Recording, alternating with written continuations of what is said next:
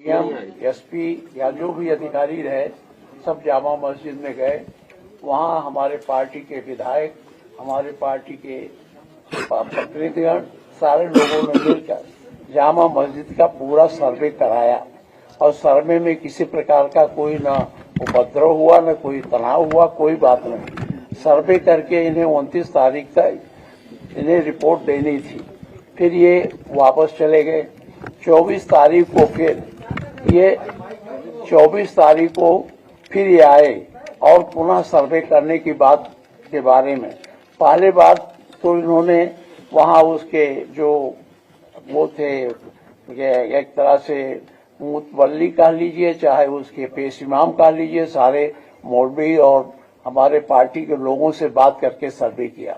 उस दिन इन्होंने किसी को बुलाया नहीं, सीधे चले आए। बल्कि भाजपा के उद्दंड लोग, कुछ उद्दंड कार्यकर्ता नारा लगाते उस मस्जिद में गए। वहां इसी को लेकर के थोड़ा गतिरोध हुआ और उसके बाद बाहर भीड़ इकट्ठा हो गई कि भाई जब एक बार सर्वे हो गया था, दोबारा सर्वे उन्होंने कहा दिया था सर्वे पूरा हो गया, तो दोबारा सर्वे करने की क्या आवश्यकता थी। लेकिन ये जानबूझकर सुनियोजित ढंग से उन्हें इस तरह का उत्पात कराना था और दंगा का रूप पहला प्रकट करना था। इसलिए उन्होंने फिर 24 तारीख को सर्वे के लिए वहां गए। जब वहां हम लोगों ने पूछा वहां के अधिकारियों से कि क्यों गए 24 तारीख को, तो उन्होंने कहा हमें रिपोर्ट देनी थी, आगे कुछ हमें बाकी रह गया था, उसे हम जानने के लिए गए। तो जानने के लिए गए तो अकेले जाना चाहिए, एसपी को ले जाना चाहिए, किसी पार्टी के कार्यकर्ताओं को साथ नहीं ले जाना चाहिए। ये लोग गए, वहां ऐसे नारा लगा रहे थे जिससे उत्तेजना पैदा हो गई। बाहर धीरे धीरे इसको लेकर के भीड़ इकट्ठा हो गई और भीड़ को तितर बितर करने के लिए पुलिस ने न तो आंसू गैस छोड़ा और न ही कोई चेतावनी दी, न लाठीचार्ज किया, सीधे फायरिंग होने लगी। उसमें 5 लोग मारे गए। और इस तरह से ये भारतीय जनता पार्टी ने एक सुनियोजित ढंग से एक तरह का दंगा कराकर हिंदू और मुस्लिम के बीच में काफी खाई पैदा करने की कोशिश की है।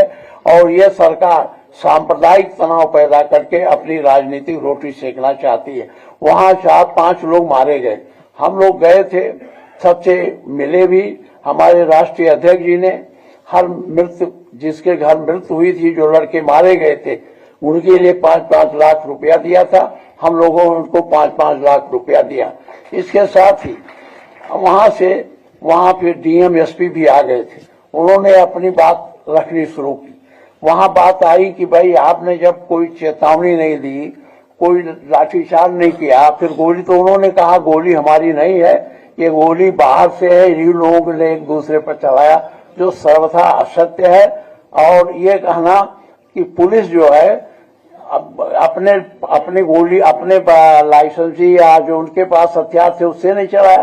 तो पुलिस हमेशा जब कभी इस प्रकार की कार्रवाई होती है तो गैर लाइसेंसी हथियार ले जाते हैं। अब वो कहते हैं कि हथियार रहता कहाँ है, तो जो कुछ पकड़े जाते हैं कट्टा या गैर लाइसेंसी हथियार, उनके माल गोदाम में रखे जाते हैं, जिसका चार्ज वहां के दीवान या मुंशी को रहता है। जब कहीं इस प्रकार की घटनाएं होती हैं तो उसको खोल करके वो उसमें से निकाल लेते हैं और ले जाते हैं। इसलिए वो ये नहीं कह सकते कि ये जो फायरिंग हुई है ये लोगों की आपसी है, ये पुलिस की फायरिंग है, पुलिस के फायरिंग से लोग मारे गए हैं। हम लोग इस घटना को जानने के लिए कई बार वहां जाना चाहते थे, मुझे भी 2 बार रोका गया। अभी जब हमारा प्रतिनिधिमंडल गया, मैं दिल्ली गया, तो पहले जाने के पहले मेरे घर पर फिर ये प्रेस लोग आए। उन्होंने कहा आप जाने नहीं पाएंगे, तो मैंने कहा भाई इसे क्यों नहीं पाएंगे। फिर दिल्ली में भी कहा गया नहीं जाने पाएंगे, लेकिन डीएम ने हमको टेलीफोन किया था और कहा था कि हम आपसे मिलना चाहते हैं। हम लोग गए, वहां सारे लोगों से मिले, अपने पार्टी के जो हमारे बर्ग साहब थे उनके घर भी हम लोग गए, फिर नवाब साहब के गए। प्रत्येक जो मारे गए परिवार के लोग थे उनसे हम लोगों ने मुलाकात की। सबसे ज्यादा ज्यादती वहां पुलिस आज कर रही। शाही मस्जिद एएसआई के अंदर आती है, उसके सामने बिना एएसआई के परमिशन के ये चौकी बनाने लगे। वहां इस पर भी विरोध प्रकट किया गया कि आपने चौकी क्यों, कैसे बना रहे हैं। वो इस चीज को मानने के लिए तैयार नहीं थे कि ये शाही मस्जिद के अंतर्गत आता है या एसआई के अंतर्गत आता है। जबरदस्ती वो चौकी बना रहे थे। साथ ही साथ वहां जो एफआईआर हुआ, इन्होंने तो अपना एफआईआर दर्ज किया और जो लोग मारे गए उनके तरफ से कोई एफआईआर पुलिस के खिलाफ या किसी के खिलाफ दर्ज नहीं किया।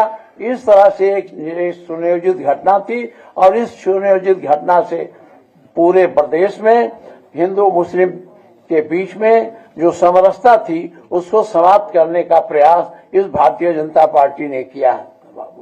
चलिए।